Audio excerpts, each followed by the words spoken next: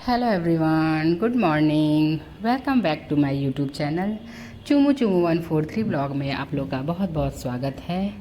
और अभी देखिए तीज आने वाली है और तीज आए और शॉपिंग ना हो ऐसा तो हो ही नहीं सकता है, क्योंकि तीज में इतना छोटा मोटा छोटे छोटे बहुत सारे सामान लेने होते हैं। आप लोगों को पता ही है, इसमें 16 श्रृंगार माता जी का होता है।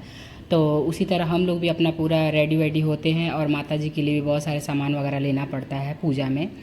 तो इसकी वजह से हस्बैंड तो कुछ समझ नहीं पाते कि क्या लेना है क्या नहीं लेना है।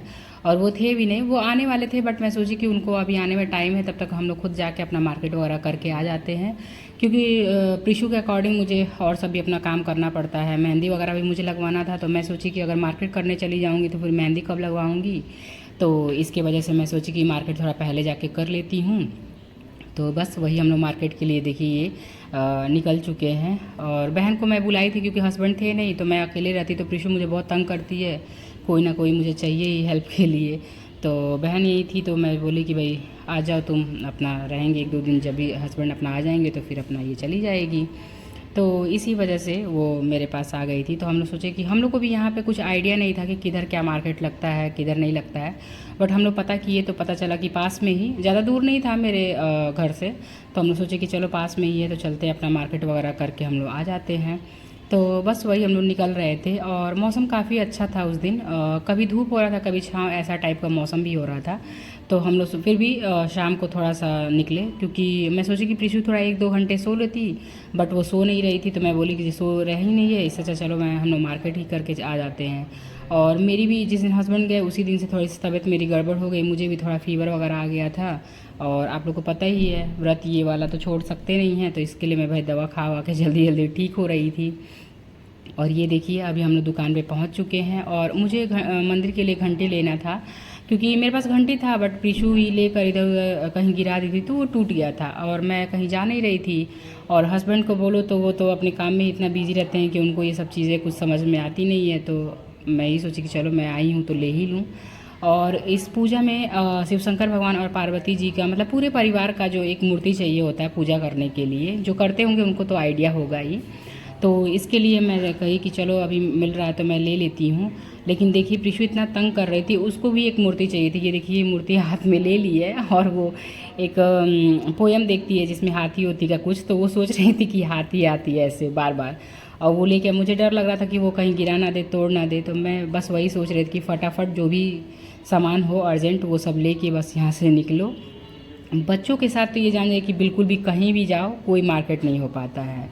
तो बस सामान हम लोग ले हुए चुके थे, जो भी हम लोग की ज़रूरत वाली सामान थी बस वही सब लेके। अभी ऐसा हो रहता है तो थोड़ा सा आदमी और भी कुछ सामान वगैरह देखता है, बट इतना ये तंग कर रही थी। अब हस्बैंड रहते तो वो इसको मतलब संभालते, बट हम दोनों को कुछ ना कुछ देखना ही था, तो इसके वजह से नहीं हो पा रहा था। तो फिर ये देखिए अब हम लोग घर पहुंच चुके हैं और मौसम काफ़ी अच्छा हुआ भी था उस दिन का। और देखिए अभी बहुत कम सामान हम लोग को लेना था, फिर भी हम लोग को कम से कम 1 से 1.5 घंटा लग गया।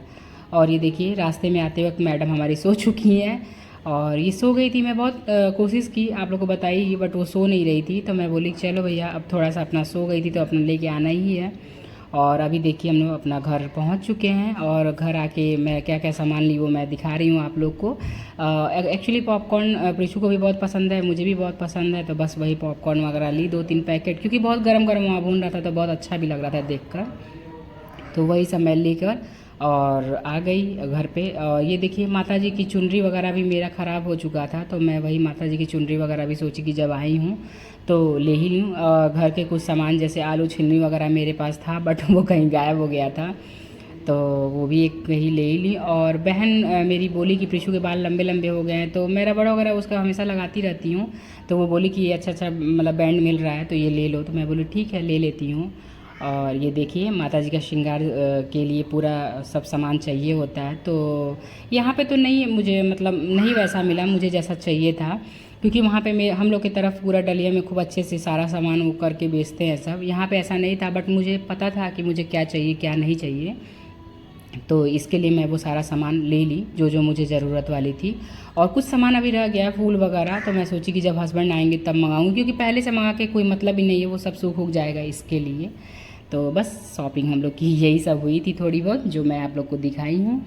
चलिए फिर अगर आपको मेरा चैनल अच्छा लगता है तो please like share and subscribe करिएगा। बाय।